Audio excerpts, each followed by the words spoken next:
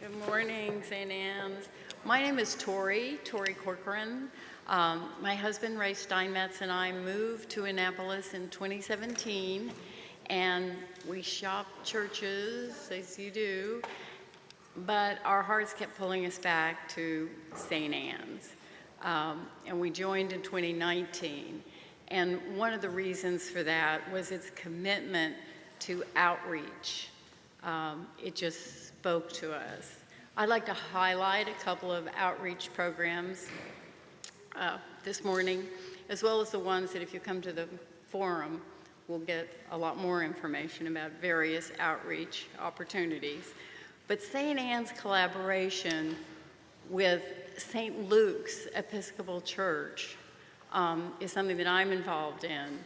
The St. Luke's is in Eastport, if you don't know, and it's in an ideal location for a food pantry because although there's a lot of affluence in that neighborhood, there's also deep pockets of poverty.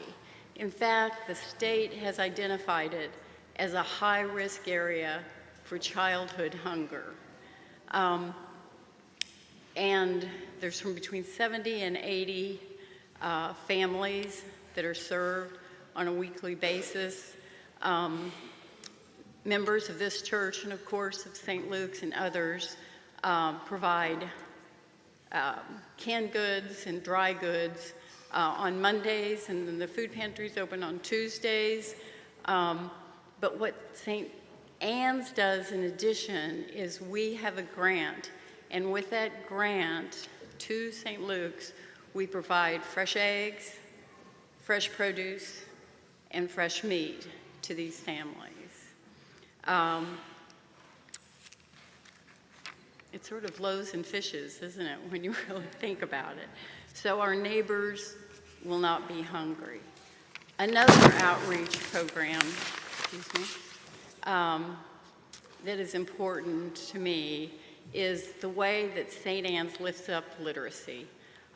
We have the Stanton Center, we have many volunteer opportunities, which a bunch of you all are involved in. But in addition, we have a grant to STAIRS, which is, if you look into it, is really a renowned organization whose mission is to make sure that all children are fully literate. There's sort of a chilling statistic that connects with all this, which is that 65 to 76% in prisons are illiterate. They cannot read. They do not have functional literacy. So there is a straight line between learning to read and what your future may hold for you. And St. Anne's, through its grants, are working on this. Jesus said, "Suffer the little children to come unto me," reminding us, teaching us that all children are our children, right? We don't want our children to be hungry. We don't want our children to not be able to read. We don't want our children to go to jail. But St. Anne's is turning all those potential negatives into positives through its grant program and through its volunteerism.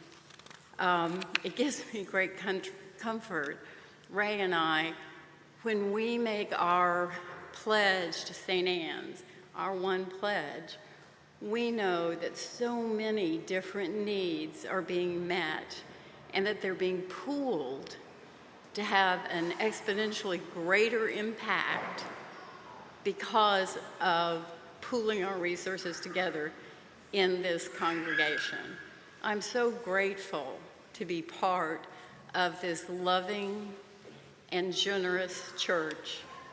St. Anne's, thank you for all that you do and all that you give.